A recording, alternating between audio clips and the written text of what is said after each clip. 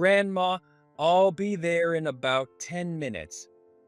I'm making your favorite fried chicken, Brad. Don't rush, just take your time. I thought I heard a little chuckle from Brad on the other end of the phone. But 10 minutes passed, and Brad never showed up. A month went by without a word from him. Why didn't Brad keep his promise that night without any explanation? Did something happen to him? One day, Brad's wife, Melissa, called me. Brad passed away. I was confused. Passed away? What do you mean, passed away? What do you mean? I don't quite understand. It seems he fell asleep at the wheel. He crashed into a guardrail, and by the time he was taken to the hospital, he was already gone. I was shaken by the suddenness of it all. Brad is gone? Fell asleep at the wheel? What? Are you joking? Did Brad get hurt? Which hospital is he in? I'll come right away. No, he passed away a month ago. We finally finished his funeral and all the paperwork, and we're just starting to settle down. I'm so exhausted. Melissa sighed dramatically. A month ago? The funeral's over? The call was abruptly cut off, leaving me feeling lost. My appetite faded more and more with each passing day. The grief buried deep inside me began to slowly take over, seeping into my body. One day, I caught a glimpse of my own face in a passing moment and was shocked. My face was full of wrinkles far beyond my age. I touched my eyes with my fingertips, feeling pitifully old. Every morning, as I prayed to his picture, Brad's happy smile would come to mind. It still didn't feel real, but 3 years had passed since then. 3 years without seeing Brad's face. Even though I never saw Brad's last moments, time confirmed the reality of it. One day, like usual, I was praying in front of his picture. I lit the incense, just like I always do. I closed my eyes and prayed for a long time. Just as the smoke was about to disappear, I heard a raspy voice behind me. We finally met again. In the silence, I felt something move behind me, and I turned around. What's going on? There stood Brad, the very person I had been told was gone. My name is Kate. I sit in my quiet living room, looking at old photos, reflecting on the past. One picture of my daughter's graduation hangs on the wall, representing a moment I'll never forget. The young girl in the photo, beaming with a bright smile, still warms my heart today. Back then, I was younger too, all dressed up. I thought to myself as I gazed at my reflection in the hand mirror on the desk. My gray hair flowed softly like gentle waves, and deep wrinkles lined my face. Tracing a wrinkle with my finger, I mumbled to myself, "You've been through so much."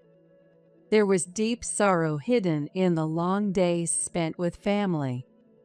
It was 20 years ago now.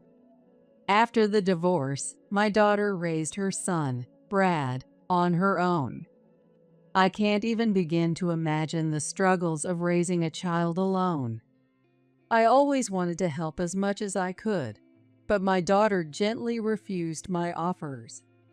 One day, when Brad grows up, I want to be able to hold my head high and say, I raised him well as a single mom. That's what she told me. She struggled with money, but she never regretted her divorce. I'm going to raise Brad myself. My daughter looked me straight in the eyes and declared it with such strength. To me, my daughter was my pride. She was so confident, hardworking, and always stubborn. Once she made up her mind, she wouldn't bend. Even when I suggested she take a break and leave Brad with me for a while, she refused. I'm his mom. A mom is always a mom. She would say that with a smile. Such a strong daughter. Even to me, her mother, she shone so brightly. But my daughter, she passed away from overwork. The pain of losing her never faded with time, casting a shadow over my heart. I kept blaming myself for not seeing the cry for help behind her strong words and smiling face. I vowed that I would never let anyone close to me suffer the same way again. And the one closest to me at that time was my grandson, Brad. After my daughter's death, my husband and I took Brad in and raised him with all the love we had. Even though Brad lost his mother at a young age, he graduated from college and landed a great job at a prestigious company. Eventually, Brad moved out on his own. He had grown into such a fine young man. I felt a bit lonely, but my happiness far outweighed that. My husband passed away last year, leaving me to live alone. That loneliness weighed heavily on my heart. But whenever Brad came home for longer breaks, a warmth blossomed in my heart. Next time I come home, there's someone I want you to meet. It had been a while since we talked on the phone. I thought he was just calling to discuss when he'd visit next, but his words threw me for a loop.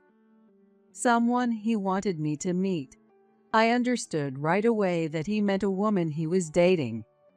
I tried to stay calm, but my heart was racing. Excitement built up as Sunday approached, the day we had planned for him to visit. That afternoon, as I waited for Brad, I prepared a special meal for him, something I hadn't done in a long time. I laid out a salad and side dishes that replicated the flavors my daughter loved, and my excitement grew little by little. The sound of the front door opening echoed through the house. I turned off the stove as the special soup started to boil and quickly rinsed the knife before heading to the entrance. Grandma, I'm home. Brad, still calling me Grandma like he did as a child, had grown into a tall and handsome young man. I couldn't help but smile, filled with joy. I've got something to tell you. Brad said before I could even greet him. He gently nudged the woman standing behind him forward to introduce her to me. My first impression was that she had porcelain-like skin. The woman with flawless, doll-like skin stood next to Brad, looking a bit nervous, but smiling brightly at me. Hi, I'm Melissa. The warmth in Melissa's cheerful greeting instantly drew me in. Even as a fellow woman, I was mesmerized by her beautiful skin. I could see why Brad had fallen for her. "Nice to meet you, Melissa," I replied, welcoming her as I led them to the living room. Brad and Melissa both exclaimed with delight when they saw the meal I had prepared. Their compliments on the food I had put much effort made me happy, and soon the conversation flowed naturally. I shared stories about my family and memories from Brad's childhood. Brad smiled sheepishly, and Melissa smiled gently at him as she listened. Kate, please tell me more about Brad. I love him so much. Her words touched my heart, and I could see how deeply she wanted to understand Brad, which filled me with joy. Suddenly, I realized something as I looked at Melissa's face. She reminded me of my late daughter in some way. Though he never said it out loud, Brad might have noticed too. Brad has always been a kind soul, Seeing him with you makes me feel at ease." I smiled, and she smiled and nodded. The warm atmosphere between us made me feel like a new family bond was forming. That night, after seeing Brad and Melissa off, I sat in front of the wall shelf in another room. I gazed at the pictures of my daughter and husband. "She seems like such a good girl," I whispered. The Melissa that Brad chose would surely make him happy. I had a feeling about it. As time passed, they eventually got married. On the day of their wedding, the sky was brilliantly clear. Brad, the groom, wore a white tuxedo, his face showing a mix of nervousness and joy. Melissa, in her wedding dress, looked as beautiful as a movie star. Brad's eyes were filled with deep love for his bride, and I felt a sense of relief. Well, these two will surely be happy together. Melissa's friends were also stunning and lively, and their wedding was bustling and beautiful. Several years went by. At first, Brad visited frequently, but over time, his presence in my life slowly faded. I figured his married life must be keeping him busy, so I refrained from reaching out to him. Hoping Brad was happy, I focused on filling the small void of loneliness that had begun to sprout in my own life. One day, out of the blue, Brad showed up at my house. Surprised by his sudden visit, I peeked at his downcast face in the entryway. A sense of unease crept into my heart. Brad, standing before me, looked thin, pale, and as if he might collapse at any moment. I quickly invited him inside, my concern spilling over in my words. "What's wrong? You don't look well." He sighed deeply at my question. He nibbled at the tea and cookies I had prepared and stared up at the ceiling with sleepy eyes. Actually, I've been having trouble at work with a guy named Jack, and it's really stressing me out." His voice carried a tone of exhaustion, and I couldn't help but frown. No matter what advice I gave him about his workplace troubles, he'd probably just find it annoying. I wondered what kind of trouble Brad was referring to, but since he didn't bring it up, I decided not to pry. "And how are things with Melissa? If you keep looking this tired, she's bound to get bored." Melissa's the type who enjoys going to spas and the gym by herself. We both value having our own time. Spas and the gym. I guess that's how she keeps up her stunning looks. But even though Brad looks this worn out, I wonder if Melissa has noticed. If I started complaining about Melissa now, it was clear that it would only upset Brad. So I held back my true thoughts and refilled Brad's cup with tea. "Don't hesitate to come home anytime. This is your house." I spoke as gently as I could. Brad's expression softened slightly at my words, but the darkness lurking in his heart didn't fully fade, and he went back to staring blankly at the ceiling. The following weekend, I went on a trip with my friend. I noticed how foreign tourists have increased so much at the busy destination. Having never traveled abroad, I still found foreign visitors to be a rare sight, but here I almost felt like an outsider. With so many international travelers around, my eyes happened to land on one woman in particular. Wait, could it be? In the crowd, I thought I saw Melissa. She was arm in arm with a man I didn't recognize, a faint smile on her face as they walked close together. Her hairstyle and overall look were very similar. That porcelain-like, beautiful skin. There's no mistaking it. To ease the doubts growing in my heart, I decided to call Brad.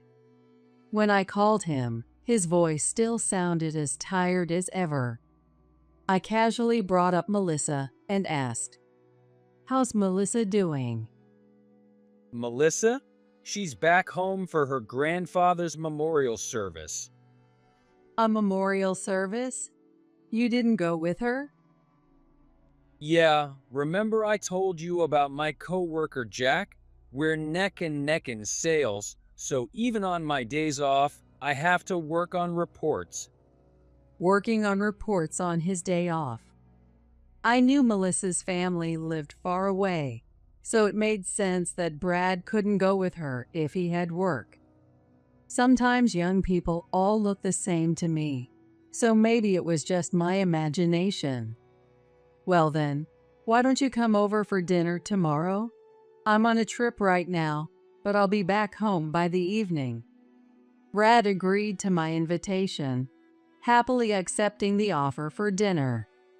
As I returned home and began preparing dinner, I started to calm down little by little.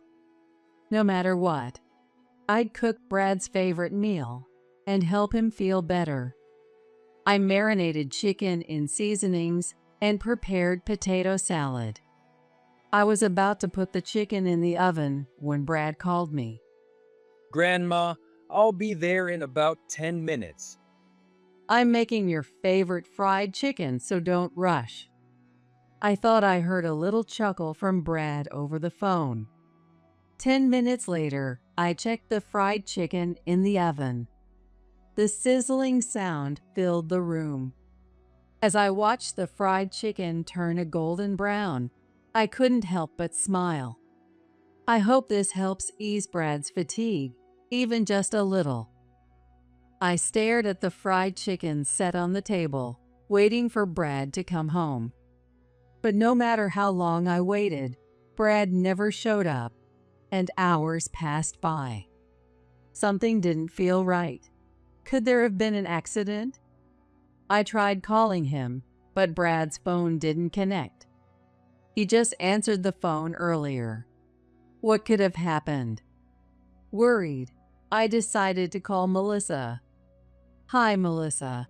Brad was supposed to come over for dinner, but he hasn't shown up. Do you know anything?"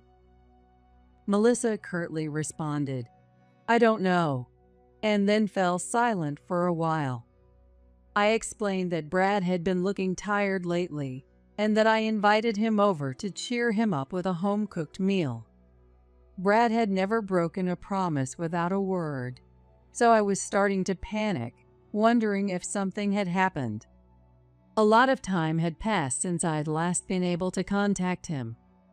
Okay, since I'm still back home for the memorial service, I'll return soon and contact the police. I'll hang up now. The moment Melissa said she'd contact the police, a wave of fear swept over me. A cold sweat ran down my back. After hanging up the phone, I strongly wished for Brad's safety. I sat in front of the wall shelf and closed my eyes. The swirling anxiety and fear felt like they were going to crush me. Please, don't make me experience a pain greater than losing my daughter. Unable to sit still, I reached for the phone again, ready to call Melissa back, but in the end, I didn't. If something had happened to Brad, someone would contact me. But that day, neither Melissa nor Brad ever called me back. The cold dinner sat quietly on the table, growing hard. The next morning, after a sleepless night, I silently threw the fried chicken into the trash. As I washed the greasy oven tray in the kitchen, I imagined a different scenario. Sorry, Grandma. I completely forgot about our dinner last night. I could picture Brad bursting through the door, laughing as if nothing was wrong. I would smile back at him and make another batch of fried chicken for him to enjoy. And I want to say, welcome home. Honestly, You're such a handful. Days passed without any contact, and I found myself clutching my phone, unsure of what to do. Even though Brad is my grandson, he's an adult and married now, so it feels odd to keep calling him over and over. There was no word from Melissa either. They must have just forgotten about me and were probably enjoying their time together.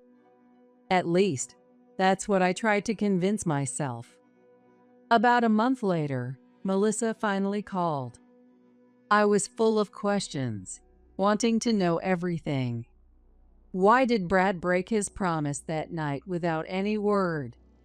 What happened after she contacted the police? Did something happen to Brad? It's been a while, Kate. It's been a while? Why didn't you contact me sooner? I've been worried sick. I know. I understand. I'm calling today to give you an update. The last time I spoke to Melissa, she had sounded so bright and cheerful, but now there was a coldness in her voice. Brad has passed away.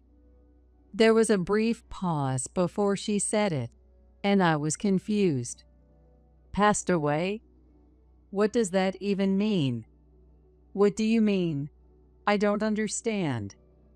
It looks like he fell asleep while driving. He crashed into a guardrail, and by the time they got him to the hospital, he was already. The abruptness of the news left me shaken. Brad, gone.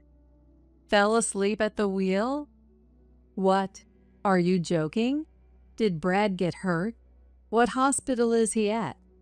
I'll go right away. No, he passed away a month ago. We just finished his funeral and all the paperwork. It's been exhausting. Melissa sighed dramatically. I couldn't process what she was saying. Still holding the phone to my ear, I started pacing around. A month ago. The funeral is over? As I struggled to find words, Melissa continued. You must be shocked. I'm sorry.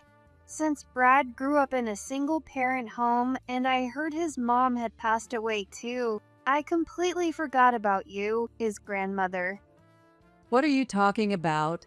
That's ridiculous. Brad? An accident? The funeral's over?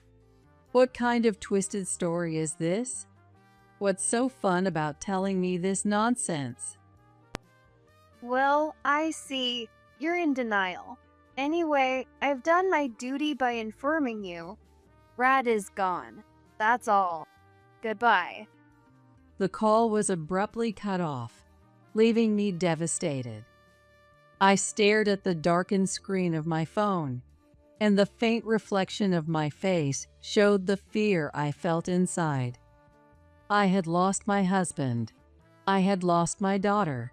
And now, had I lost my grandson too? Everyone I loved had left me behind. The reality of it all terrified me. With trembling hands, I dialed Melissa's number once more. All I wanted was for her to at least tell me where Brad's grave was. But no matter how many times I tried, I could never get through to her again. Day by day, my appetite faded. The grief that had settled deep in my heart began to slowly consume my body. One day, I caught a glimpse of my reflection and was shocked. My face, more wrinkled than my age should allow. I touched the lines around my eyes with my fingertips, feeling a deep sense of pity for myself. Every morning, when I prayed in front of Brad's picture, his happy, smiling face would come to mind. Since I never found out where Brad was buried, I had no choice but to place his picture next to my husband's and pray for him there. It didn't feel real, but 3 years passed. 3 years without seeing Brad's face. Even though I hadn't witnessed Brad's final moments, time had confirmed the truth. Since he's been gone, my world has lost its color. and the scenery around me always appears in shades of gray. One day, as usual, I knelt in front of the photos to pray. As always, I lit the incense. Closing my eyes, I prayed for a long time. Just as the smoke was about to fade, I heard a raspy voice behind me say, "We finally meet again." In the silence, I felt something move behind me, and I turned around. What I saw was beyond belief. Brad was standing there. His face showed a mix of unease and a sorrow so deep it seemed like he might burst into tears at any moment. Was this a dream? No, even if it was, I didn't care. I was so overwhelmed with joy and surprise that tears started to pour from my eyes. Grandma. Brad. The moment Brad called me Grandma, I rushed toward him, clinging to his arm. For a while, I couldn't speak. I just kept touching him, making sure he was really there. I stroked his arm, held his hand, touched his chest, and gently ran my fingers through his hair. Brad stood there quietly, allowing me to examine him, his face expressionless. I'm sorry I couldn't contact you. After confirming he was real, I asked why he hadn't been able to reach out. Looking closely, I noticed his face was slightly distorted. "What happened to your face?" When I asked, Brad responded sadly. I have a little facial paralysis from my accident. I hit my head hard in the crash. I had temporary amnesia. Amnesia? But, hearing Brad's words, I remembered what Melissa had told me. She said Brad had died in the accident, and that his funeral had already been held. What had that been about? I briefly relayed what Melissa had said to me, and Brad crossed his arms, nodding as if something clicked. Melissa? I see. So that's what it was. It all makes sense now. Brad's expression darkened. I think. No, I'm sure Melissa set me up. I stood there, speechless, as Brad began explaining calmly. 3 years ago, while driving to my house, Brad had an accident. He said he wasn't feeling well, so he stopped at a nearby convenience store to take a break, but suddenly his vision went dark. He was in a coma, and it took a month for him to regain consciousness. I remember it vaguely now. My mind was foggy, and I couldn't think straight. But I think Melissa looked disgusted when she saw me lying in the hospital bed. His memory was unclear, and he spent days in confusion, unsure of what was real. I had a coworker named Tom. Tom was worried about me and came to the hospital every day to check on me. Even though the doctors had said it was unlikely Brad's memory would return, Tom never stopped visiting, encouraging him. One day, Brad started to feel as if the fog had lifted, and his memories slowly came back. When I finally started thinking clearly, Tom told me he thought Melissa might have been behind the accident. That's what happened to you. Grandma, I need to carry out a plan. I need your help. Brad looked at me with serious eyes. There was a fire of revenge in his words. Hearing him, I hesitated for a moment, but then my heart swelled with a sense of purpose. "What do you need me to do?" At that moment, after 3 long years of being alone and hopeless, the wheels of fate began turning for me.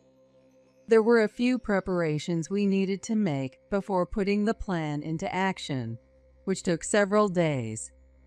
And then the day came to execute the plan. I made my way to the apartment where Melissa and Brad used to live. When I entered the room number at the entrance, Melissa's suspicious voice came through. What's going on? It's been a while, Melissa. We never really talked about Brad's grave or the details of the accident, right? It's been 3 years, but can we get over everything?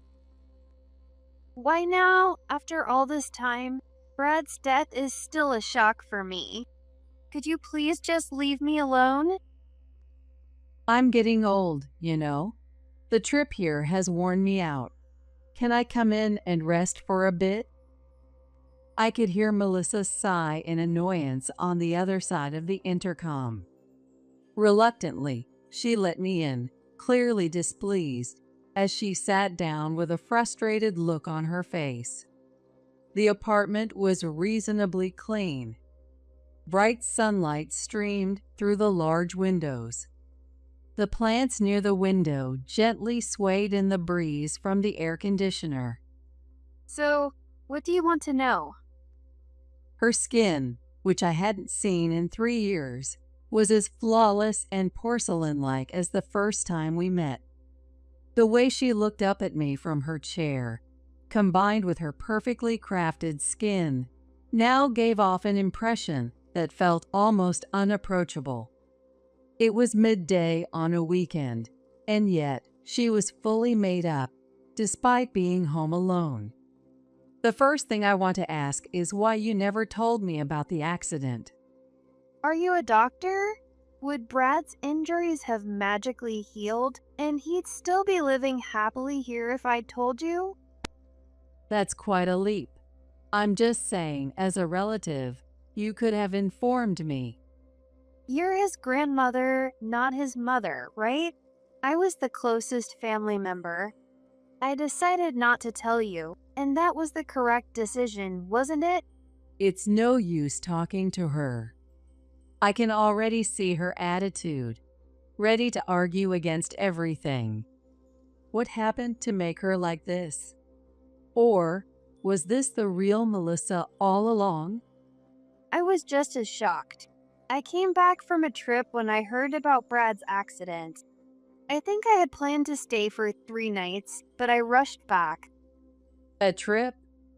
It's been 3 years, and my memory's a bit fuzzy, but I thought Melissa had said she went back home for a relative's memorial service. When I pointed that out, she pressed her lips together with her finger and said, "I must have forgotten." I suddenly remembered seeing Melissa with a strange man at that tourist spot. Could it have been them? Actually, I ordered some food. I think we've had some misunderstandings, so why don't we sit down and talk openly? I don't need any takeout. Just leave once you're done. I'm not exactly free, you know? Don't worry, it's fine. Just then, the doorbell rang. I'll get it. It's probably the delivery. I quickly headed to the door. Melissa, clearly irritated, pursed her lips, probably thinking I was just some bothersome old lady. But when I opened the door, it wasn't the delivery person. Standing there were Brad and his coworker Tom. They greeted me briefly and swiftly entered the apartment.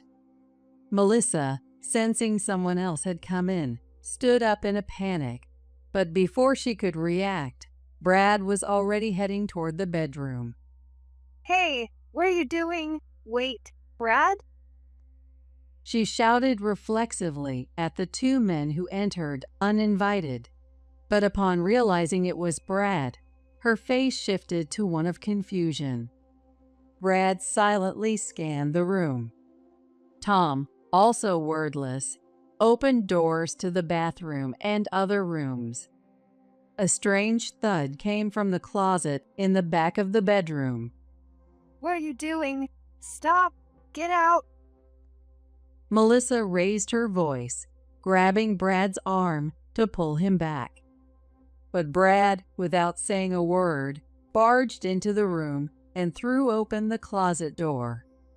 There, cowering with his hands folded in front of him, eyes wide, was a man trying to hide. It's been a while, Jack. The man, whom Brad called Jack, stepped out of the closet, wiping the sweat from his forehead awkwardly. He must have hidden the moment I arrived, silently enduring the heat in the cramped space. Melissa, still clutching Brad's arm, shouted, This is trespassing. I'm calling the police. The lease is still in my name. Brad replied coldly, and Melissa's face turned pale. It was clear that Jack and Melissa had been having an affair, and Brad calmly laid out the truth that Melissa had plotted to ruin him. It seems like you had a pretty good time while I was in the hospital after the accident. I don't recall ever divorcing you, Melissa. Melissa and Jack exchanged glances, then burst out laughing. They were trying to play dumb. I didn't know your memory had come back. If I had, I would have rushed to the hospital to pick you up. Melissa said, feigning innocence. Brad's coworker, Tom, who had always admired Brad, pulled out his phone and played an audio recording. Listen to this. It was a conversation between Melissa and Jack in the office break room. The recording had been carefully edited, clearly revealing their plot to bring Brad down. The recorded voices sounded so cheerful, as if they were reminiscing about a vacation, but the conversation was cruel. They talked about slipping small amounts of poison into Brad's dinner to gradually make him sick, and tampering with the car brakes. To them, Brad had already become a distant memory, and they spoke with the casual tone of someone sharing a mischievous story from the past. I overheard this at the office recently and rushed to record it. How do you explain this? Tom's voice echoed through the room, leaving Melissa and Jack speechless. Brad continued, touching on how Melissa had been poisoning his food regularly. I've had so many days of feeling sick since we got married. Turns out it was your cooking. Brad had thought his weight loss was due to stress from work, but it was actually Melissa's doing. He had suffered daily bouts of intense stomach pain, but now, after 3 years of recovery, he looked much healthier than before. Melissa, losing her composure, finally snapped. Yes, it wasn't just poison. We were planning to get rid of you, make it look like an accident. The brake tampering was part of our plan. Her words sent a wave of anger through me. How dare you? What do you plan to do to make this right? Make it right? What are you talking about? Brad's still alive. Isn't that enough for you? Enough? Absolutely not. As I shouted, Melissa gave a cold laugh. No matter what you say, it doesn't concern me. Brad's alive. She refused to even look at me, acting as if none of this mattered. At that moment, the door opened again, and someone entered through the front entrance. An older man, dressed in a crisp gray suit. Michael. As soon as Jack saw the older man, he raised his voice in surprise. The man, with a stern expression, scanned the room before fixing his gaze on Jack once again. Jack, what's going on here? Explain yourself. His authoritative voice made Jack panic, and he hurried to apologize to his president, Michael. Melissa looked confused, mumbling, "What's going on?" as Jack kept his head down. Michael, I'm sorry, but my girlfriend means everything to me. I had already heard from Brad that this man, Jack, actually had a girlfriend.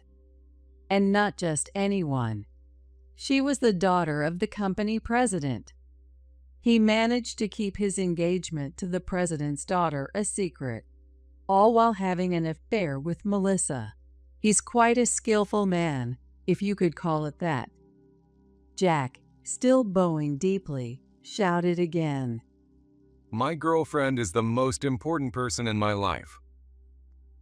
Melissa clung to Jack's arm, pleading. What are you talking about? I thought I was your number one. Jack pushed her away, continuing to apologize, but Michael responded coldly. There is no number one. The engagement is off, and you're fired. Michael, still furious, shouted in a harsh tone. I've heard enough from you. I know you and that woman conspired to bring Brad down. What were you thinking? Jack turned pale, his body trembling. That's not true. He mumbled faintly, clearly trying to figure out what to say next. This is really a misunderstanding. A misunderstanding? You think this is something you can explain away? Michael already knew everything, from how Jack had plotted with Melissa to make the accident look like a freak occurrence, to how he had suggested poisoning Brad's food. Because Jack had always seen Brad as a rival, he harbored resentment toward him, which led him to act so recklessly. Tom had already informed Michael, and Michael came here today to confirm everything for himself. Your actions aren't just a betrayal of the company. You failed as a human being. Of course, the engagement is over. Michael, please. Wait. This was all her doing. Huh? What are you talking about? Jack desperately tried to shift all the blame onto Melissa. Melissa glared at him, her face openly displaying her disgust. But Michael wasn't buying it. I came here hoping this was all a misunderstanding. But it seems this is your true nature, Jack. I'm disappointed. Resign from the company immediately. As Michael turned to leave the room, Jack jumped to his feet, chasing after him. Jack shouts in a panic. Michael, please give me another chance. Don't tarnish the company's name any further, you fool. Jack chases after Michael, apologizing again in front of him, shouting through tears. Michael, please. Just one more chance. Ignoring his pleas, Michael walked out. Jack collapsed to the floor, left behind in despair. Melissa, realizing that she, too, had been betrayed by someone she loved, seemed visibly shaken and collapsed onto the floor. With tears welling up in her eyes, Melissa walked over to Jack. It'll be okay, right? You'll find another job. You're talented, Jack. You'll land at an even better company, I'm sure. The two of them sat there, gazing at each other as if they were the only ones in the world. To someone unaware of the situation, it might have looked like a touching scene. But these two, they seemed to have forgotten something important. It was Tom, Brad's loyal coworker, who reminded them. The poisoning and the brake tampering. I've already reported everything to the police. You'd better be ready to face the consequences. This time, there's no escaping it. Tom, smiling, held up the voice recorder. He had recorded everything, even their conversation today. Melissa's mouth hung open, her eyes widening in disbelief. She clawed at her cheek, digging her nails into her skin. The perfect porcelain complexion she had always maintained now cracked, with a large fissure splitting her face in two. I had thought Melissa was stunning when I first met her, But now, standing on the edge of despair, with nowhere to turn, she looked utterly ruined. Soon, both she and Jack were taken away by the police and received prison sentences for attempted murder and conspiracy to commit murder. Brad seemed deeply affected after Melissa's sentencing. It pained me to think of the emotional scars left by her betrayal. I felt an overwhelming urge to support my beloved grandson, and my days were now filled with thoughts of how I could help him move forward. Sometimes Brad would drop by unexpectedly. He would sit and talk, often laughing bitterly, as he reflected on why he had ever fallen for Melissa. Much like my first impression, Brad had been captivated by her flawless, porcelain-like skin. Her beauty had drawn the eyes of everyone around, and Brad had felt a sense of pride in having her as his girlfriend. Even after everything she had done, and despite the betrayal, Brad still found himself captivated by her beauty. It's a little funny and sad. Beauty is something that changes with time. Just look at my skin. It's full of wrinkles, right? But you know, these wrinkles are proof of my long life. Every happy and sad moment is etched here. Maybe I was only looking at Melissa's appearance. A woman's looks are important, yes. But what's even more important is the kindness in her heart. That's the kind of beauty that never fades, no matter how old you get. As I said these words, I felt a little embarrassed. Not too long ago, I used to sigh at my reflection in the mirror. I'd pull at my wrinkled skin, wondering if there was anything I could do. But after seeing Melissa's face that day, as beautiful as she once was, my perspective changed. No matter how flawless your skin is, how well you apply makeup, or how much skincare you do, you can't hide what's inside. Under all that foundation, Melissa's true face was far from beautiful.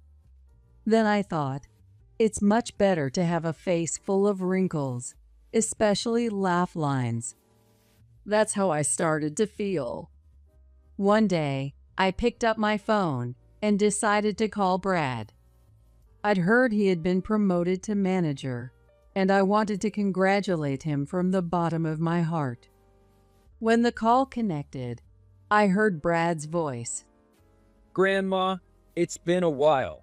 How have you been? I've been good, Brad. I've been thinking about you. I heard you got promoted to manager. Congratulations. Thanks.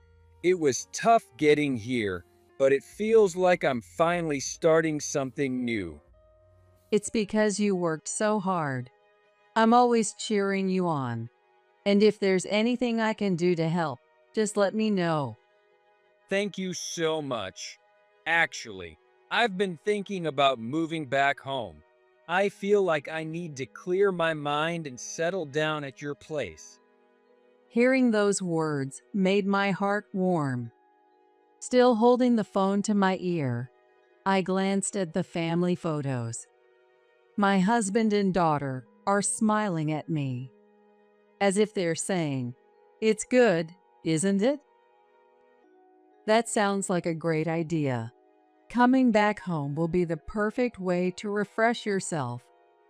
I'm really looking forward to staying at your place, Grandma. And I'm looking forward to having you.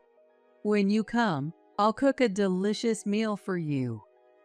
I decided I'd make that fried chicken, Brad's favorite, that I never got to serve him last time. Even in the busyness of my days, I started preparing for Brad's return, always wishing for his happiness. A few days later, everything was ready, and I eagerly awaited his arrival. The room was filled with the savory smell of cooking, and soon the doorbell rang. I stood up immediately and opened the door. There was Brad, standing with a carefree smile. The happiness of finally saying the words I hadn't been able to say that day filled me with joy, and I couldn't help but smile. Welcome home. You must be hungry, right? Let's have dinner.